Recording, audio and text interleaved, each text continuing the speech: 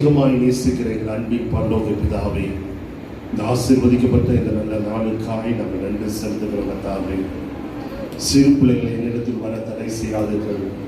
தேவனுடைய ராஜ்யம் அப்படிப்பட்டவர்களுக்கு என்று எழுதப்பட்ட பிரகாரமாய் இங்கே உங்களுடைய சன்னிதானத்துக்கு தேடி உங்களுடைய பிள்ளைகளாய் சிறு பிள்ளைகளாய் கடந்து வந்திருக்கிறார்கள். கர்த்தாவே, அவர்கள் ஆசீர்வாதத்தில் வேண்டுமாய் நாங்கள் செபிக்கிறோம். கர்த்தாவே, கடந்த 5 நாட்கள் இந்த சிடிசி ஊழியத்தை சிறப்பாய் செய்ய தேவரீர் கிருபை பாராட்டி இருக்கிறேன். அதற்காக நாங்கள் நன்றி செலுத்துகிறோம்.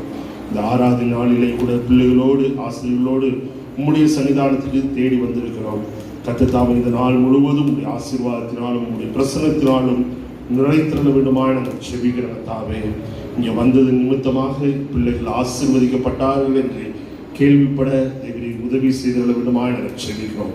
இந்த நாட்களிலே நாங்கள் விதைக்கின்றதான ஒவ்வொரு விதையும் ஏற்ற நாளில் அது பலன் பெறுவோம் என்றதான நம்பிக்கையோடு விசுவாசத்தோடு நாங்கள் விதைத்திருக்கிறோம். கர்த்தாவே, கர்த்தர் எங்களுக்கு நல்ல பலனை தந்திட வேண்டுமாய் நாங்கள் செபிக்கிறோம். கர்த்தாவே, இவர்கள் நிமித்தமாக இவர்கள் பெற்றோர்கள் தொடப்படவும் ஆசீர்வதிக்கப்படவும் கிருபை செய்திருந்த வேண்டுமாய் நாங்கள் செபிக்கிறோம். இந்த ஊழியத்தில் இணைந்து செய்கின்றதான ஒவ்வொரு ஆசிரியர்களுக்காகவும் வாலண்டியர்ஸ்க்காக நாங்கள் செபிக்கிறோம்.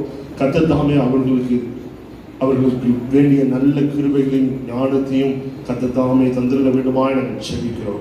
உடைய ஊழியத்தை செய்ய தேவரீர் கிருபை பாராட்ட வேண்டுமாய் நாங்கள் செபிக்கிறோம்.